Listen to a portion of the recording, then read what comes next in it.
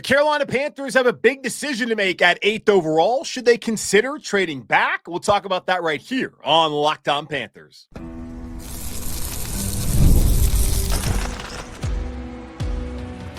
You are Locked On Panthers, your daily Carolina Panthers podcast. Part of the Locked On Podcast Network, your team every day. Welcome into another edition of the Locked On Panthers podcast, a part of the Locked On Podcast Network. I'm your host, as always, Julian Council, talking Carolina Panthers with you every Monday, Tuesday, Wednesday, Thursday, and yes, of course, Friday, your team every day. That's our motto here on the Locked On Podcast Network. Thanks for watching the show here on YouTube and listening wherever you listen to your favorite podcast. Be sure to follow me, Julian Council, over on Twitter and Blue Sky at Julian Council, because on Fridays throughout the offseason, I'm right here on the show answering your weekly Friday mailbag questions. And the way you get those into me is by either adding me or DMing me over on Twitter at Julian Council, or just adding me over on Blue Sky at Julian Council to get those questions in for this week's edition of the weekly Friday mailbag here on Locked On Panthers. Today's episode of Locked On Panthers brought to you by Game Time. Download the Game Time app, create an account, and use code LOCKEDONNFL for $20 off your first purchase. We are counting down the days to April 24th, night one of the 2025 NFL Draft up in Green Bay, Wisconsin. And the Panthers have a big decision to make there at 8th overall. Looking at the offseason so far, they have gone all in on trying to rebuild this defense, adding multiple players on the defensive front, extending J.C. Horn, bringing back Mike Jackson, signing Trevon Moehrig in the secondary. Then offensively, the offensive line is intact. Not surprised that Nicky Ekwonu's back. Not surprised that Taylor Moton, that Robert Hunt, Damian Lewis are back, but Austin Corbett's here. So is Cade Mays, and Brady Christensen is back for another year in Carolina. Bryce Young looked excellent in the final 9 games, especially week 18 on the road in Atlanta. A nice little nucleus being built here in Carolina as Dave Canal was able to establish his culture in the final half of the season and in a wide open still NFC South. Although I'm still leading Tampa at this point in time, it's possible with the right moves on day 1 and 2 and 3 of the NFL Draft next month, the Panthers could put themselves firmly in position to contend in the NFC South this upcoming season. But it all starts there on April 24th when the Panthers are on the clock there at 8th overall. And looking back at a year ago, we have seen that Dan Morgan is not afraid to trade up or trade back when the Panthers are on the clock. Go back to night 1 of the draft a year ago. We did not think Carolina was going to take a player because, well, they didn't have a first-round pick. That belonged to Chicago, number 1 overall. Maybe you heard Caleb Williams. The Bears got him, but whatever. We've moved on from that. But Carolina was sitting there at 33, knew they could get their player, Xavier Legette, on night 2, but they didn't want to wait. Dan called his old buddy Brandon Beane up in Buffalo and said, hey, Brandon, what can we do here? Do you want Xavier or do you want somebody else? And Brandon said, I want Keon Coleman. So how about we trade up? You can get the 5th-year option. We'll figure some things out details-wise, and we're both happy, and that's what happened. Then we saw at 39, because they had a pick at 33, they felt comfortable enough when there was a run on defensive tackles for the Rams trade up 39 for Carolina to drop back into the 50s. And then later on, when they were looking at the running back board and seeing that no one had been taken, and they're looking at what they had, okay, Miles Sanders have a great year, Chuba Hubbard, like him, but want some more versatility. They traded back up to 46 and got Jonathan Brooks. And then later on, they traded back to 73 and ended up taking Trevin Wallace. So we've been seeing Dan Morgan go up, back, up, and back when looking at the draft a year ago, his first draft as Panthers general manager and president of football operations, which makes me wonder, looking at this year's draft class, sitting at 8 is always a good situation, not necessarily like overall for the franchise, because that means you weren't very good the year prior, but it's a good situation to be in most drafts. But I do wonder, in this draft, where from a lot that I've heard and read from all the NFL draft nerds out there, we're going to be talking to a lot of these nerds over the next couple of weeks. And I say that nerds affectionately, not as a pejorative, because they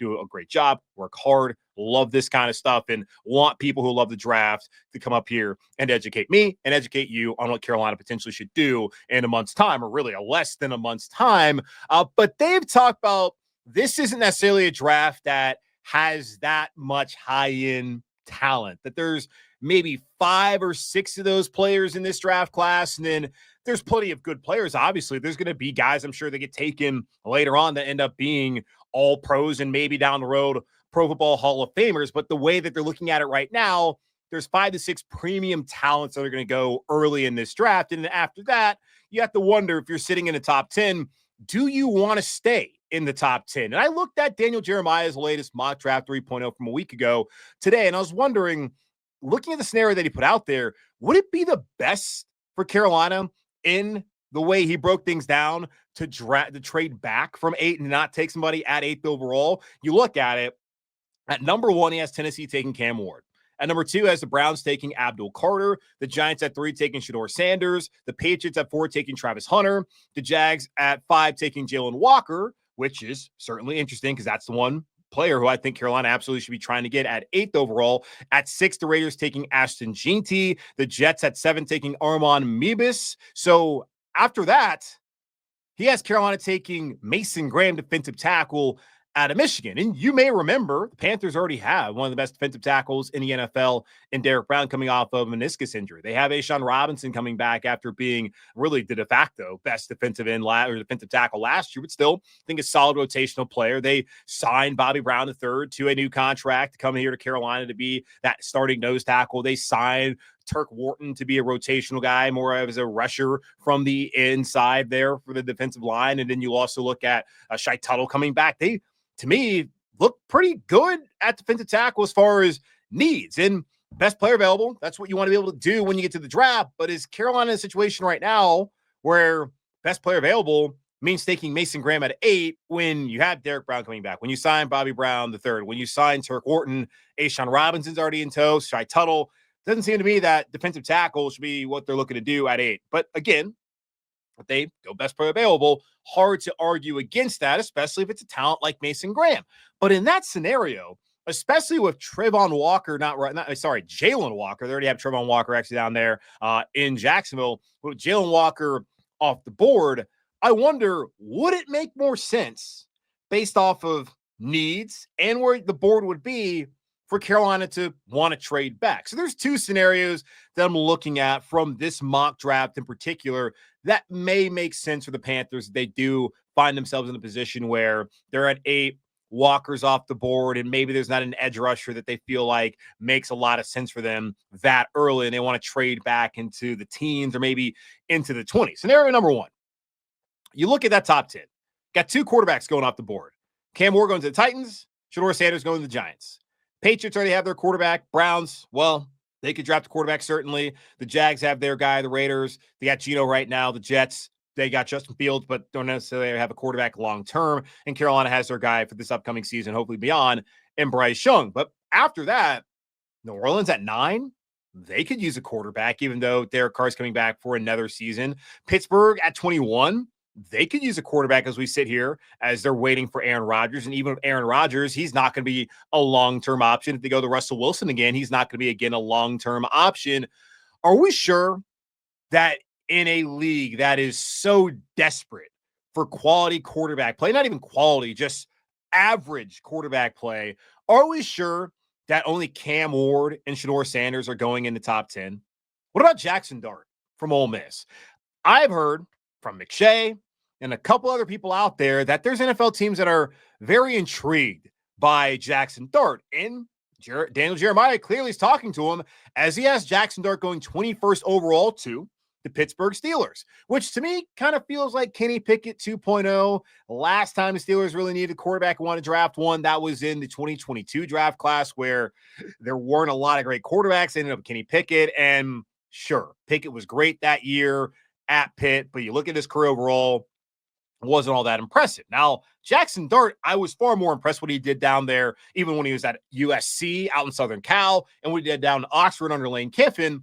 More impressed by him than Pickett when they were coming out, but I still look at it and I'm just not quite sure that Jackson Dart's going to be the answer in Pittsburgh. Would love for that to happen for him. Seems like a nice guy and all that, I suppose. I don't really care, but would be cool if that worked out for Jackson Dart, I suppose. So maybe Pittsburgh's not willing, if they're a team that likes him, it's possible they're not willing to just wait until he comes to them at 21. Now, they did that with Kenny Pickett. They were able to wait, as it was not a great quarterback class, and they were able to draft in the first round, the only quarterback drafted in the first round. But are we sure they're going to wait again and if they're not going to be more aggressive in trying to get to the top 10, in particular at 8 with Carolina, and to take their quarterback. So when you look at a possible trade back for Carolina, that's them swapping 8 for 21, and maybe looking at the Pittsburgh Steelers picks. They get 83rd overall pick there in the 3rd round, and then maybe another pick in 2026, which then would give Carolina pick number 21, 57, which they got from the Brian Burns trade with Los Angeles, or when they basically, it was a byproduct of the Brian Burns trade because they had that extra pick. But then they were able to get that second rounder, which they were not going to have because that currently belongs to Chicago. They had their own 3rd round pick in 74th overall, and then the Steelers 83rd overall picks. That would be 4 picks in the top 100 when currently they only have 8, 57, and 74. So that would be enticing for Carolina.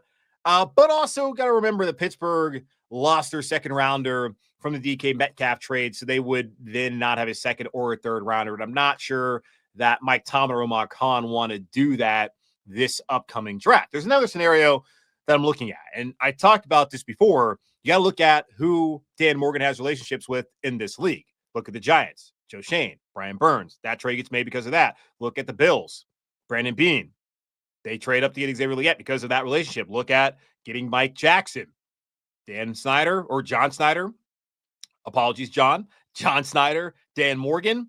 Make that trade. Panthers now have a starting corner opposite of JC for the 2nd year in a row and possibly again in 2026. So his time dating back to Seattle when John Snyder hired him to be an area scout, that may play another key role for Carolina this draft as Seattle's sitting there at 18. And currently, Daniel Jeremiah has them taking Colston Loveland, the tight end out of Michigan. But what if Seattle would rather have a better tight end also playing in the Big Ten Conference this past season and take Tyler Warren, who right now is going 14th overall? What if they would rather trade up, get their tight end, who's the best tight end in this draft class, instead of waiting, and then they could work out a deal that could make sense for both parties? So Seattle right now, looking at it, they have picks 18, 50, 52, 82, and 92 in the top 100. So that's 5 top 100 picks for the Seattle Seahawks coming up. So maybe they're willing to part ways with one of those 2 2nd-round picks. So looking at the draft value chart, the Panthers' 8th overall pick is worth 1,400 points, while the 18th overall pick owned by Seattle is worth 900. So go ahead, subtract 900 from 1,400. It's fine. 500 more points to make this trade make sense. 50th overall, worth 400. 52nd, worth 380. So, okay, could take one of those 2 picks, and then you got to find about 100 points that makes sense for Carolina and for Seattle. And because the relationship's there, the draft value chart may not be something that they're going to be completely married to. Not everybody's married to it, but it's one of the evaluation tools when looking at these trades come draft night. We do see oftentimes come the draft, teams are getting fleeced all the time. But what about 92? That's worth 132. It's a couple of points more than what that 1st round pick is worth that Carolina owns. But if you combine that, get 18th, you get maybe 52nd and then 92. I wouldn't hate that at all. Maybe instead they wait till 2026 and get a pick then. But if you have 18, 52, 92, you'd also have 57 and 74. And by my math, right, that's going to give Carolina 3 picks there, or 4 or 5 picks rather, in the top 100 coming up in this draft. And that's not bad at all to me. So those are just 2 scenarios just looking at it. Like if they don't have the player that they truly want on the board at 8, does it make more sense? In a draft class where, yes, there's depth in tight end, there's depth at edge rusher, but maybe the premium talent's just not going to be there at 8, would it make more sense for them to trade back and then to take a player in the teens or in the 20s? Now, looking at those 2 scenarios, who would be their options if the Carolina Panthers do trade back? We'll talk about that here in just a moment on Locked On Panthers. Imagine watching your favorite team live, feeling the energy of the crowd and witnessing unforgettable moments. There's nothing like experiencing a big game in person. Getting tickets shouldn't be stressful. That's where Game Time comes in, making it easier than ever to grab last-minute seats at unbeatable prices. Game Time Picks curation makes it easier to find better value for tickets to sports, concerts, comedy, theater, etc. With seat views before you buy, no surprise fees, and a lowest price guarantee, you can book with total confidence. Take the guesswork out of buying tickets with Game Time. Download the Game Time app, create an account, and use code LOCKEDONNFL for $20 off your first purchase. That's LOCKEDONNFL. LOCKEDONNFL for $20 off. Download Game Time today. Last minute tickets, lowest price, guaranteed. Should the Panthers consider trading back from 8th overall, provided that one of the top tier players that they want is no longer on the board? Would that make the most sense for the organization? And for a while, when looking at the Panthers the last couple of years, I was totally fine with them staying at 6 and taking Ike Ekwonu. I was totally fine with them staying there at 8 and getting J.C. Horn, even though I was saying Penei Sewell or we riot. Unfortunately, no riots got to take place. I want to riot up in Detroit because the Lions stole Penei Sewell, and he has been outstanding for Detroit. I've been fine with the selections that they've made over the last couple of years, and they had traded up. They were aggressive, got Bryce Young last year. I guess that was the one time where I was kind of like, really? You need to trade up one spot to get him? All right, whatever. Fifth year option. Totally get it. We'll see if it gets used. But that was the one time where I was kind of just like, if they take Jalen Walker 8th overall, I'm all in. Y'all know my feelings by this point. If you watch and listen to this show daily, shout out to the everydayers out there, the true sickos of Locked On Panthers. I say that, of course, with love. So appreciate all the support from everybody out there who watches and listens every day and all the people who just tune in when they can. But I wonder, just from like a general philosophy, like, does it make sense just to trade back to collect as much capital as you can? Like right now, Carolina has 9 picks in this draft. So they could be fine not having to trade back, but they also could be in a really good spot if they do, and they can pick up more picks, especially in that top 100, considering that there is depth at some positions of need, like edge rusher, like tight end. So just a thought. So, but going back to the scenarios I brought up earlier here on the show, whether they trade back to maybe 18 with Seattle or 21 with Pittsburgh, if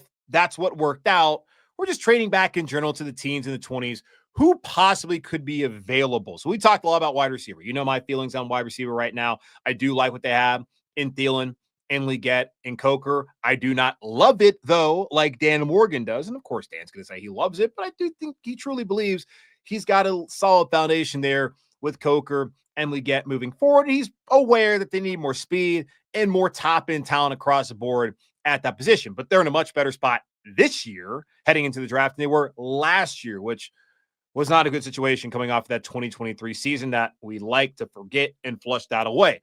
But looking at it, if they want to get a wide receiver, Tedero McMillan from Arizona, Daniel Jeremiah has him going 22nd overall to the Chargers. So he's still on the board. Matthew Golden, not on the board, goes 12th overall to Dallas, which could make you wonder, should Carolina then just stay at 8 and take him if they want to get a wide receiver? And I do like Matthew Golden, and I think that could make a lot of sense for Carolina. So Ted McMillan, if they want to trade back, potentially do this, he could be an option for them at 18, at 21, somewhere there in the teens and maybe early 20s if they end up trading with one of those teams in that scenario. What do they want to go edge rusher?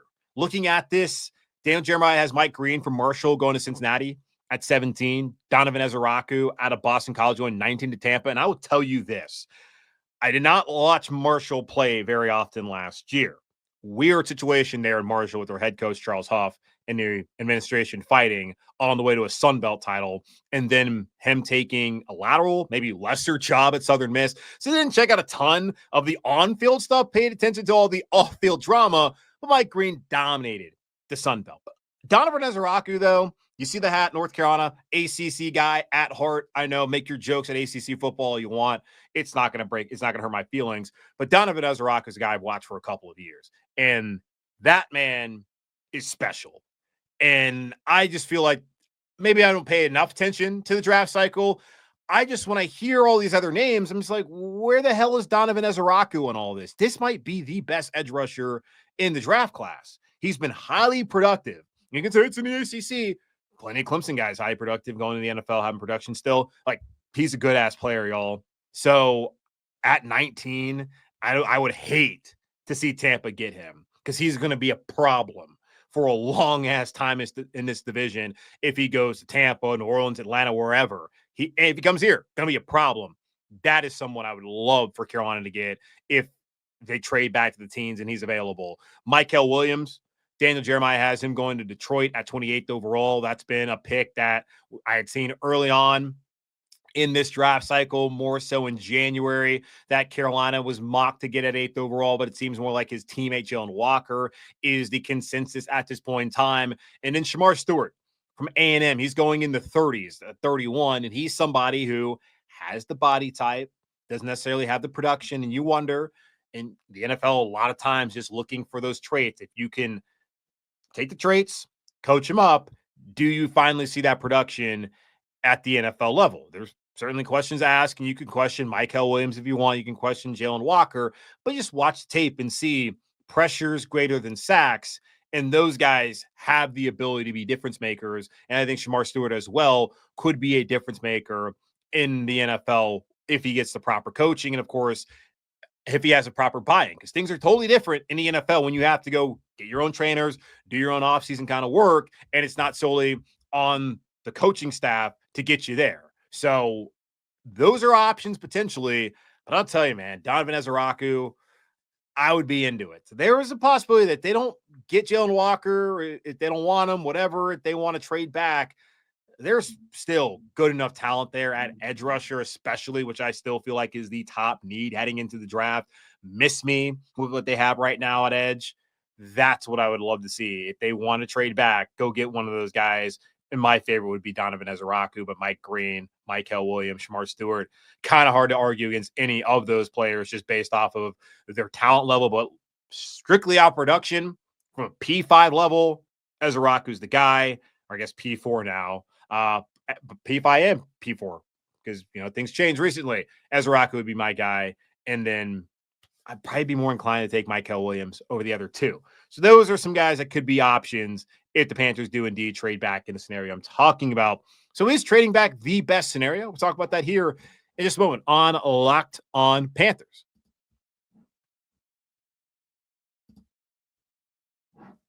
Is trading back the best scenario for the Carolina Panthers come night one of the 2025 NFL draft? Sitting there at 8th overall, it's a possibility that Jalen Walker from Georgia could be there. It's a possibility that Teteroa McMillan from Arizona, Matthew Golden, Will Johnson, plenty of players that we've talked about. There's going to be names that we discussed that are going to be there. A plethora of names are going to be available at 8. But just looking at the value of the pick, which is important, and if you love a guy, take him, but still – the draft people are going to be like, you took them too early. All right.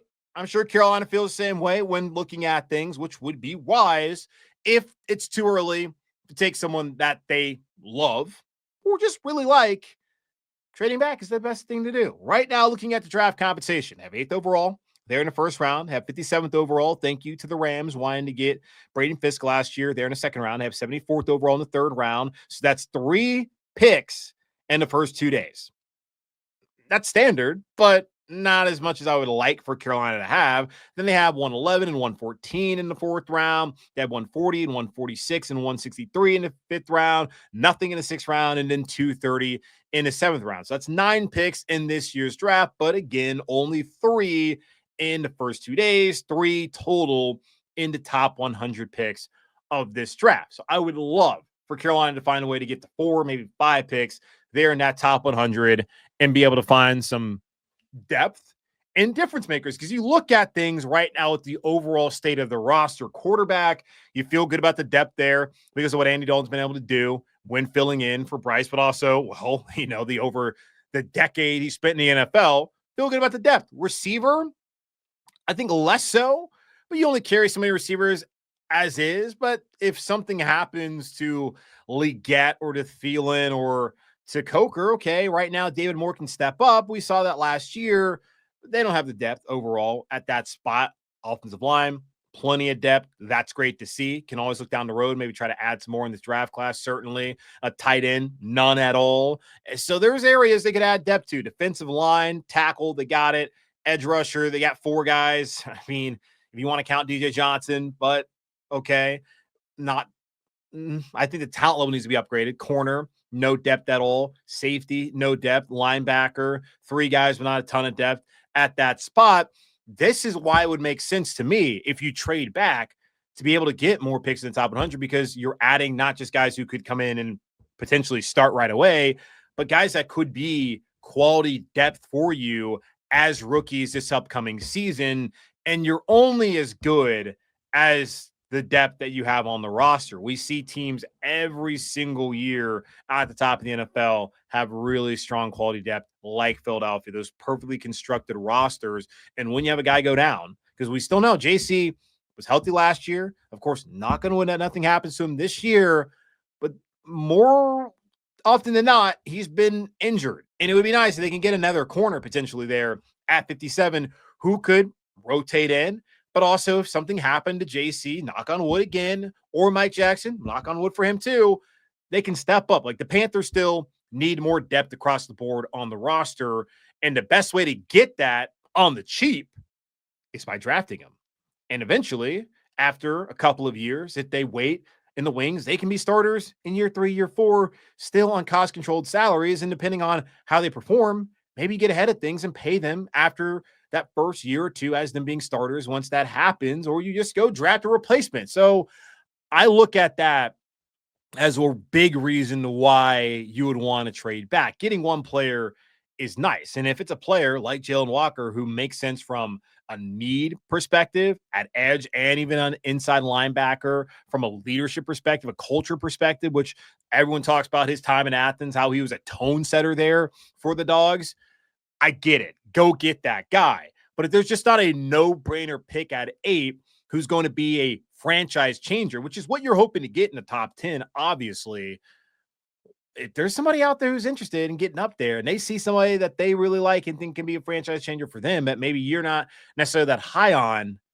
why not make it happen? You could say that every single year, I suppose. But I think especially this year, considering just that the top-tier talent is not as deep as it typically, or not, maybe not typically, but it has been in the past, why not look to do that? So looking at things too, by the way, the Panthers ranked 7th on the draft capital chart when looking at some tweet I saw this put out there a week ago, or a couple days ago rather, by Bill Barnwell. So they do have some good quality as far as that goes. And then Seattle is right behind them at 8.